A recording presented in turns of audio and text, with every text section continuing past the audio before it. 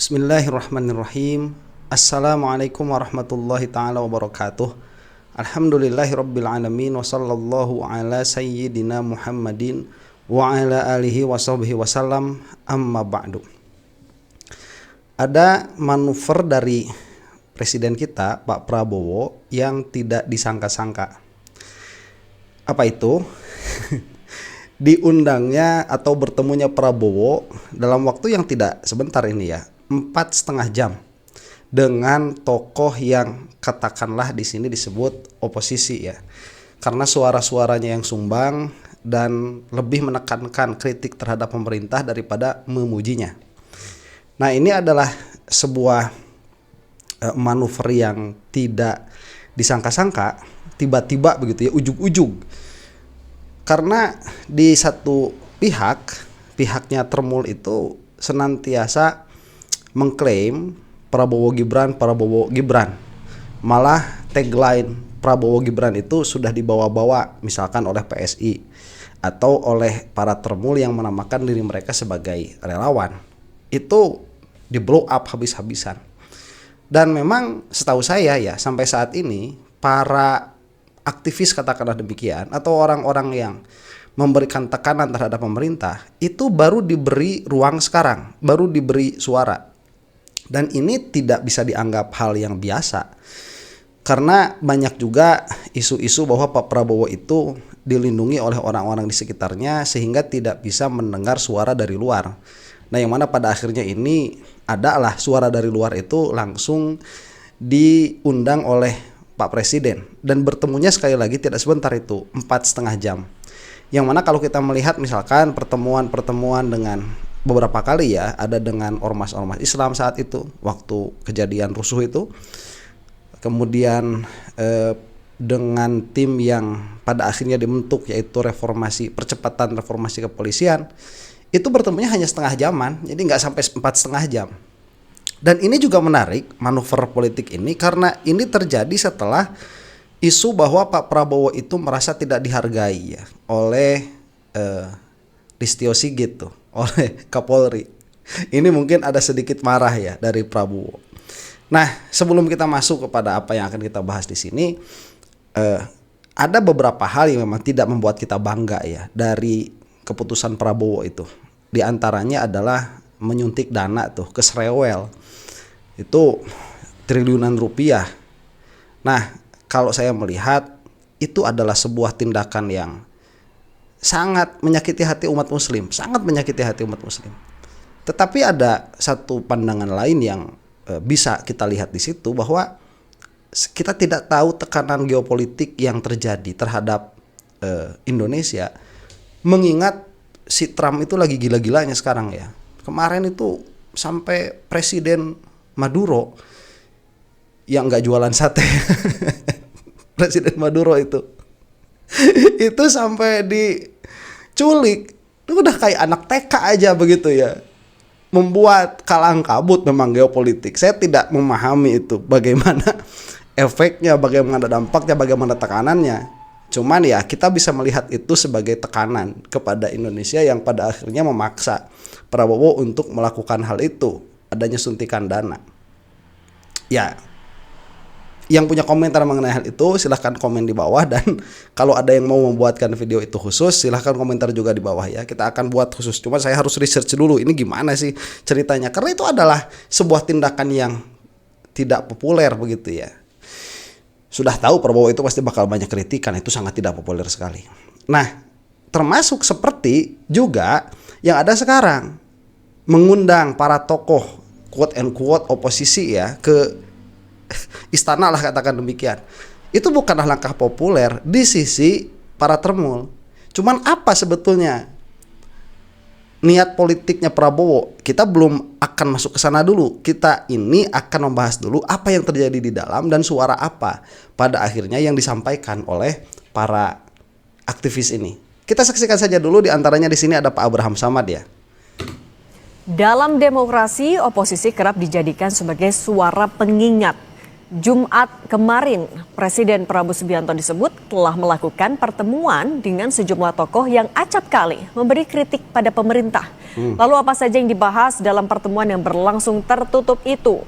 Dan siapa saja yang hadir dalam pertemuan di kediaman Presiden Prabowo di Kertanegara, Jakarta Selatan?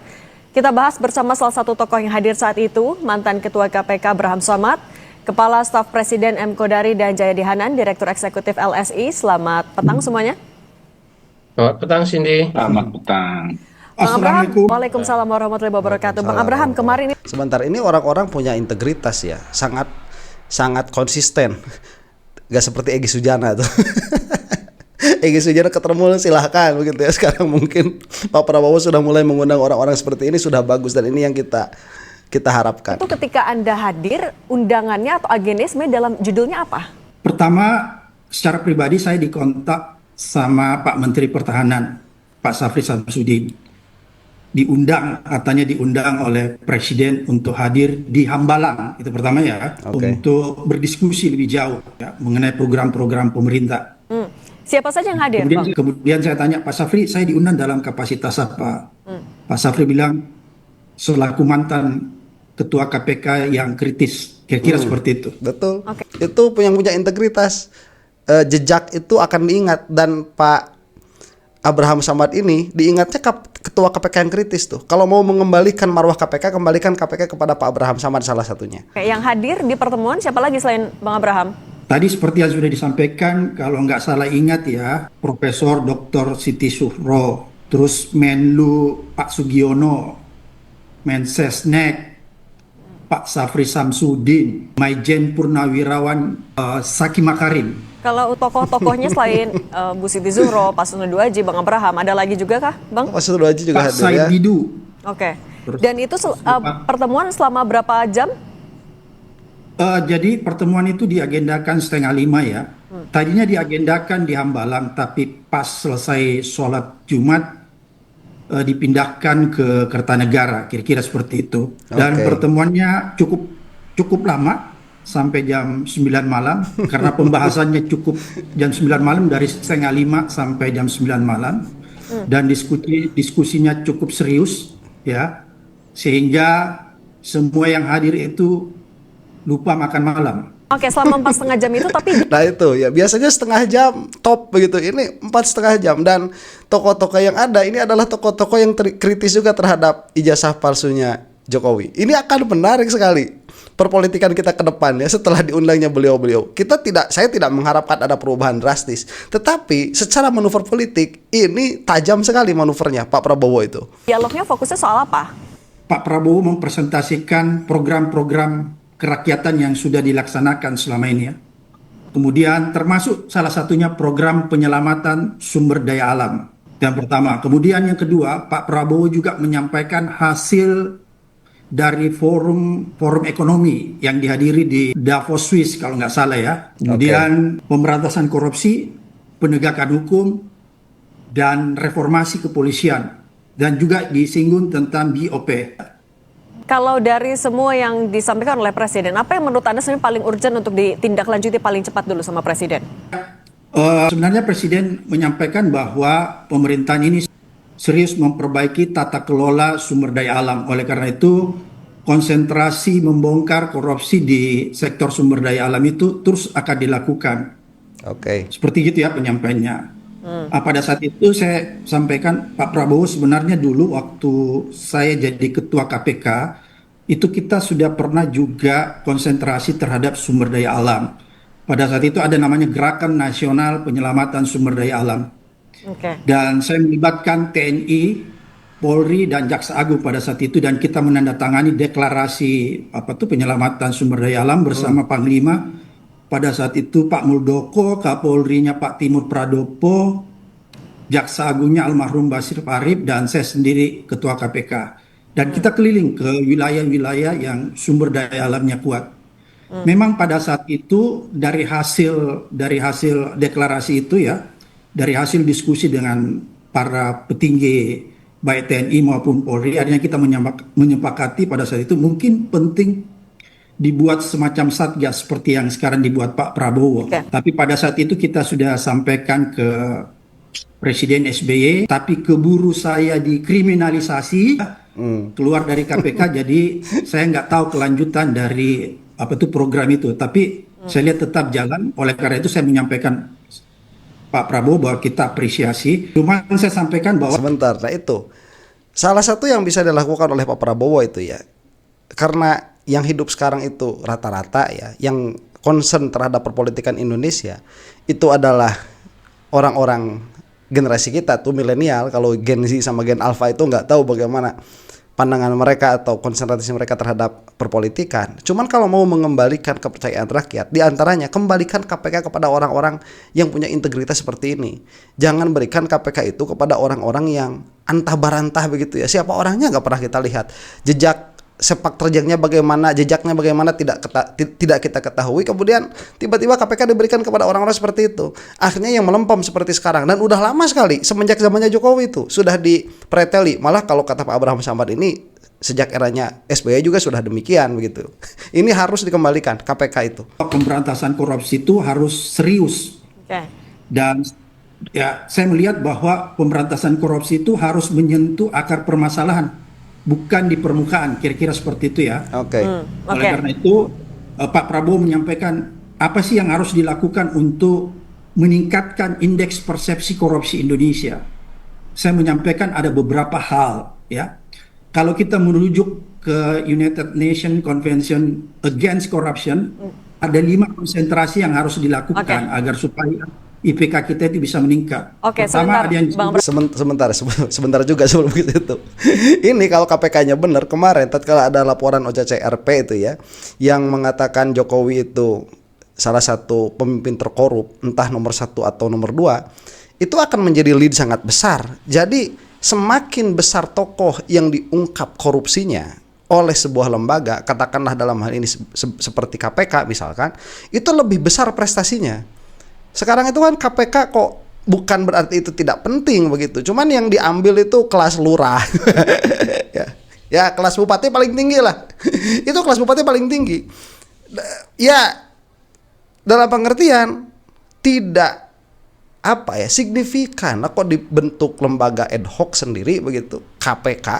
Tetapi kerjanya yang fokus terhadap korupsi, tetapi hasil dari kerjanya itu yaitu pemberantasan korupsi, penangkapan koruptor, itu tidak signifikan. Ini sekarang kita sudah sah mengatakan bahwa Pak Prabowo sudah tidak menjadi kambing conge lagi ya. Sudah tidak, katakanlah tidak bisa dikatakan Pak Prabowo itu dilindungi oleh orang-orang di sekitarnya sehingga tidak mendengar kritikan dari masyarakat. Tidak bisa ditilai seperti itu sekarang, karena sudah berhadapan langsung dengan orang-orang seperti ini. Dan saya kira orang-orang seperti ini memiliki integritas yang sangat bagus. Paham.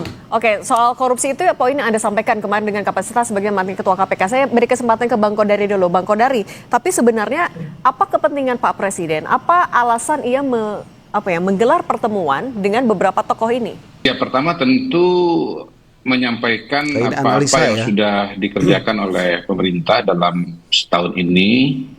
Yang kedua, tadi sudah digarisbawahi oleh Bang Abraham Samad bahwa Presiden menunjukkan atau ingin mengkomunikasikan bahwa beliau sangat serius untuk melakukan perbaikan-perbaikan nasib bangsa dan negara, terutama dari segi pembenahan dan pemberantasan pelanggaran pada aspek sumber daya alam gitu. Dan yang ketiga tentunya ingin mendapatkan masukan dan saran di luar sambil silaturahmi dengan berbagai macam tokoh dan kelompok masyarakat dari berbagai macam kalangan. Tapi ini inisiasi siapa sih Bang Kodari sebenarnya? Pak Presiden, Menhan, atau justru masukan dari luar? Sebentar itu, ini kan kepala staf kepresidenan diantaranya ya, tidak menunjukkan secara dalam manuver politik apa yang dilakukan oleh Pak Prabowo. Padahal kalau kita lihat, ini baru pertama kali. Saya tidak, dalam pengertian, saya tidak pernah mendengar, atau mungkin karena keterbatasan saya waktu itu ya, tidak masuk ke dalam analisa politik. Zaman Jokowi itu saya tidak mendengar hal ini. Apakah ada atau tidak, yang tahu silahkan komentar di bawah. Cuman saya tidak mendengar itu. Dan selama beberapa saat Prabowo menjadi presiden, sebelum Listio Sigit kemarin secara terang-terangan itu menghamba kepada Jokowi, ini pun tidak dilakukan. Tapi sekarang dilakukan. Ini secara manuver politik saya rasa begitu ya, tajam dan akan mengubah narasi yang terjadi di Indonesia itu. Sepengetahuan saya, Pak Prabowo itu sudah sangat sering berkomunikasi dengan berbagai macam pihak ya, dan bukan mustahil juga bahwa pertemuan yang kemarin itu nanti akan ada pertemuan-pertemuan yang lainnya. Artinya Presiden terus berkomunikasi dengan berbagai macam elemen masyarakat. Jadi, ya, cuman tidak pernah dengan orang-orang sekritis beliau ini. Biasanya ya kemarin saya katakan tadi dengan orang tua begitu ya, yang mana tidak terlalu militan dan tidak terlalu tajam kritikannya itu.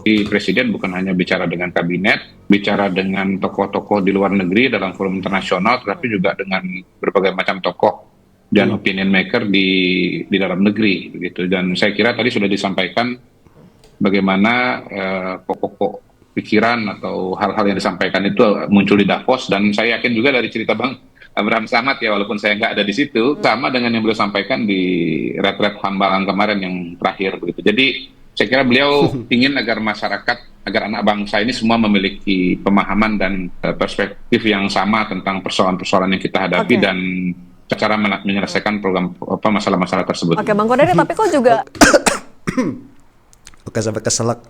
Sebentar ya, ini sangat normatif sekali penjelasannya dari Pak Kodari itu. Jadi dari kacamatanya Pak Kodari, yang diinginkan itu bukan Presiden mendengar kritikan-kritikan dari para aktivis inilah, katakan demikian ya. Tetapi Pak Presiden itu, Pak Prabowo itu ingin supaya mereka itu memahami persoalan dari dalam. Jadi ada dua sisi ya. Kalau saya sih melihatnya seharusnya Presiden itu tahu bagaimana keadaan dari luar, bukan luar ini tahu bagaimana keadaan dari dalam. Karena melihat ke dalam pemerintahan itu dengan data-data yang ada itu relatif mudah daripada mendengar kritik-kritikan dari masyarakat, yang mana beliau-beliau ini sedikit banyak itu mewakili suara-suara kita tuh ya, yang tidak puas melihat kinerjanya negara. Dan kalau misalkan kita melihat ini ada sampai 4,5 jam perbincangannya, saya tidak melihat Prabowo itu ngomong terus-menerus selama 4,5 jam itu. Saya tidak melihat demikian. Tetapi ini ada back and forth ya, yang mana lebih banyak begitu input kepada Prabowo dari luar daripada inputnya Prabowo keluar begitu. Sempat disebutkan ini adalah tokoh-tokoh oposisi. Kenapa bisa disebut seperti itu? Tergantung juga sih oposisinya kepada siapa dan kapan. Berarti maksudnya Pak Menhan apa dong? Ya, harus ditanya dengan Pak Menhan dong. Ya, kan kalau pernyataannya keluar Pak Menhan ditanya dengan Pak Menhan. Tapi kalau tadi sebentar, saya kecewa dengan tanggapannya Pak Kodari itu. Ya tanya Pak Menhan, ya nggak begitulah. Kamu kan dari sisi dalam nih pemerintahan. Yang mana entah ya, yang tahu silakan komentar di bawah ini Pak Kodari ini dari segi idealismenya kemana nih?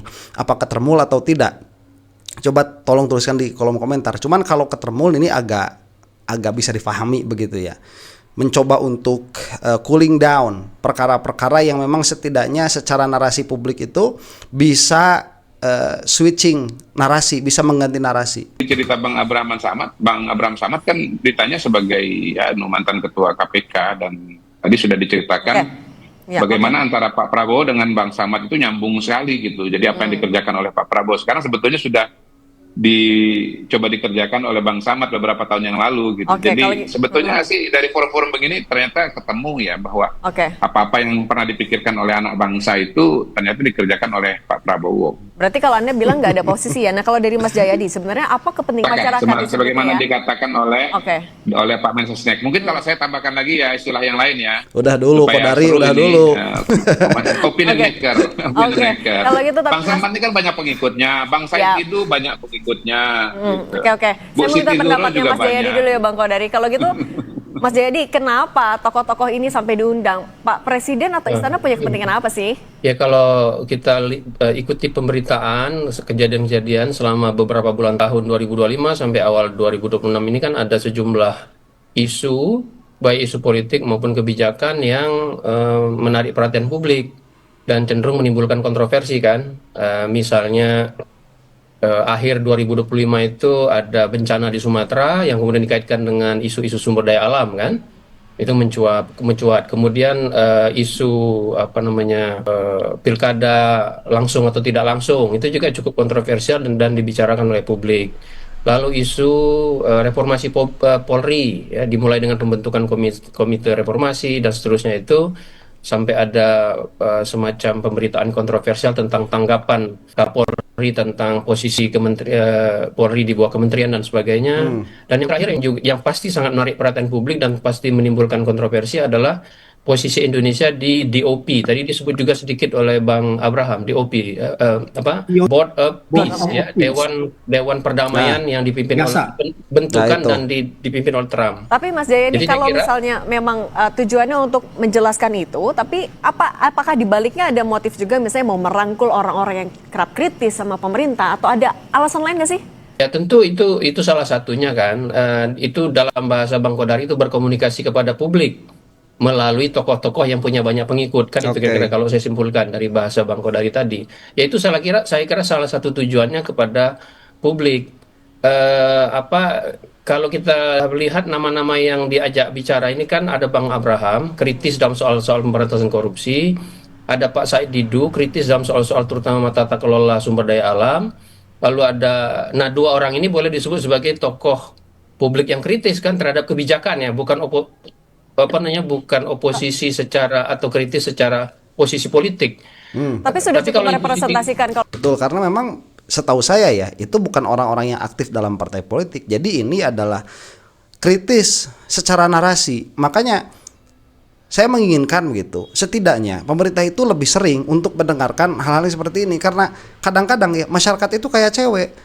Kita itu cuma butuh untuk didengar dulu begitu ya. Dengarkan dulu. Kesananya solusinya bagaimana kadang-kadang juga tidak terlalu dilihat juga, karena kita tahu permasalahan banyak di negara ini.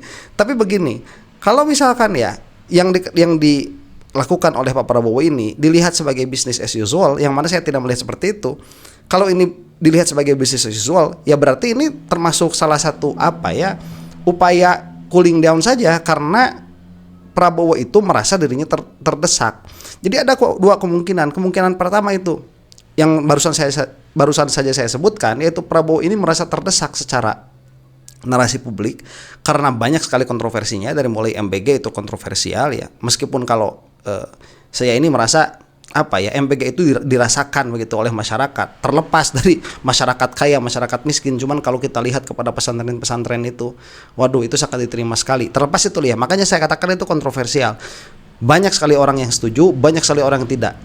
Kemudian ini yang tadi Davos DOP itu ya, yang posisinya Indonesia di dalam bentukan Dewan Keamanan Trump yang sudah mulai mau jadi polisi dunia lagi tuh. Itu kan posisinya juga tidak menguntungkan. Terlepas dari publik itu tidak akan melihat apa yang menjadi latar belakang Prabowo itu melakukan apa yang dia lakukan begitu. Publik tidak akan melihat sedalam itu. Ini cuman ada bahasa Indonesia itu sekarang sudah menjalin katakanlah hubungan diplomatis dengan serewel meskipun lewat proksinya, yaitu Amerika. Ini tetap suatu narasi yang tidak enak didengar, yang akan bisa menjadikan Prabowo itu semakin tertekan sebagai kepala negara. Posisi politiknya itu semakin berbahaya.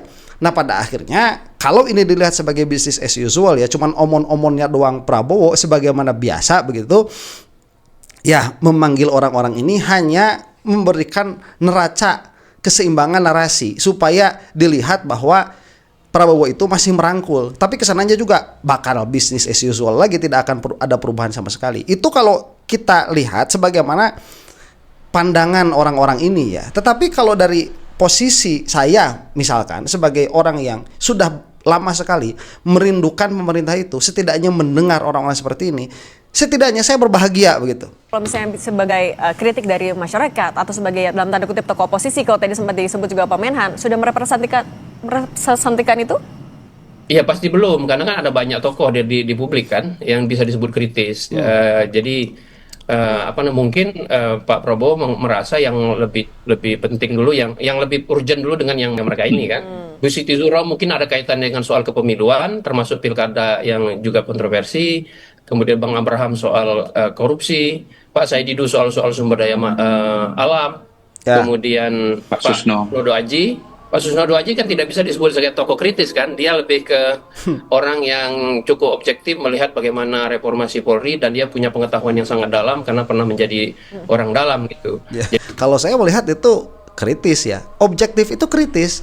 Jadi tidak ada bias. Dan Pak Susno Aji betul kalau kita lihat itu ya, beliau salah satu orang yang memang objektif dan saya katakan kritis begitu. Kalau melihat dari apa yang dia itu tidak takut untuk mengatakan apa yang seharusnya dia katakan tanpa bias-bias politik, itu Pak Susno tuh. Makanya di satu meja kan dengan Pak Abraham Samad dan lain sebagainya tadi disebutkan. Jadi ada nomor satu saya kira yang diinginkan oleh Presiden. Saya setuju dengan Bang Kodari tadi bahwa mungkin ada soal masukan kebijakan, itu satu yang diperlukan, yang ingin dituju ya. Yang kedua adalah soal berkomunikasi kepada publik melalui tokoh-tokoh ini. Yang ketiga saya kira itu juga menunjukkan kepada publik bahwa secara politik Presiden itu terbuka dengan semua kalangan termasuk tokoh yang kritis. Itu tampaknya yang ingin dicapai melalui dari sisi politik gitu. Tapi saya kira ada sebentar. Tapi kalau saya juga melihat begitu ya, dari segi narasi publik yang terjadi kepada kita pada akhirnya ini merupakan tamparan untuk para termul yang dengan enaknya mereka itu mengatakan pro Jokowi Gibran begitu ya, seolah-olah Jokowi lagi siapa Prabowo pro Prabowo Gibran, seolah-olah Prabowo Gibran itu satu paket akan terus sampai 2029, yang mana seolah-olah Pak Prabowo itu mengesampingkan suara-suara seperti ini. Jadi ini secara narasi politik saya melihat ada sesuatu yang tetap anomali begitu ya, tidak biasa.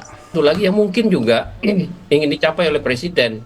Saya ingat yang disampaikan oleh Pak Sapri ketika menyampaikan bahwa Presiden bertemu dengan tokoh-tokoh oposisi itu tanda kutip adalah beliau menyatakan bisa jadi ada orang dari pihak pemerintahan yang juga tidak serius mengelola sumber daya alam itu sehingga kemudian mengakibatkan persoalan yang dialami sekarang. Itu artinya Presiden ingin juga menunjukkan ke dalam bahwa Presiden punya banyak cara untuk menegur atau dalam serius menangani masalah ini, termasuk sinyal kepada internal birokrasi Presiden sendiri agar betul-betul serius dalam menyelesaikan masalah-masalah yang menjadi kontroversi publik itu. Nah itu menghindari laporan asal Bapak senang ya, sebagaimana banyak sekali dituduhkan sekarang oleh Prabowo. Sekali lagi tadi Pak Prabowo itu dilindungi telinganya dari pihak-pihak luar. Tapi ya ini baguslah untuk dinamika birokrasi ya. Ini sudah bukan dinamika narasi politik lagi, tapi dinamika birokrasi internal pemerintahannya Prabowo ini bagus. Meskipun sekali lagi kalau misalkan kita melihat apa nanti ke depannya itu solusinya, belum saya tidak melihat akan ada solusi yang tajam juga dari Pak Prabowo cuman secara narasi politik ini penting. Kalau misalnya memang Presiden membutuhkan masukan sebanyaknya juga termasuk dari luar, apakah Bang Kodari artinya Presiden akan memanggil tokoh-tokoh kritis lain, termasuk kalau misalnya memang oposisi dari partai politik mungkin, tapi ditahan dulu, dijawab usai jeda. Tetap bersama kami di Kompas Petang. Oke, sebentar. Kalau Pak Kodari tadi saya lihat ya, jawabannya itu bukan bukan tokoh-tokoh ini memberikan input kepada Pak Prabowo, tapi Pak Prabowo justru yang menginginkan para tokoh ini agar jangan terlalu kritis dengan cara melihat permasalahan itu dari perspektif pemerintahan, perspektif rezim begitu. Itu yang dikatakan Pak Kodari tadi. Jadi berbeda sebetulnya dari apa yang saya lihat yang dikatakan Pak Kodari sama yang satu lagi entah siapa namanya, saya lupa itu. Nah, jadi kesimpulannya, karena silahkan lihat sendiri begitu ya terhadap acara ini. Kesimpulannya dari apa yang saya dapat, ini merupakan sebuah penyeimbang narasi publik ya. Setelah Kapolri itu dengan enteng membukakan jati dirinya di hadapan publik bahwa yang bersangkutan ini Kapolri itu masih jadi hambanya Jokowi, dan ini juga merupakan tamparan secara narasi publik kepada narasi termul yang senantiasa mengklaim Pak Prabowo begitu. Sekarang kan pada akhirnya Prabowo merangkul orang-orang seperti ini dalam narasi politik publik. Ini ada manuver yang tajam, switching point of view begitu. Demikian, mudah-mudahan kita ada dalam lindungan Allah Subhanahu wa taala. Wallahu taala a'lam bissawab. Assalamualaikum warahmatullahi taala wabarakatuh.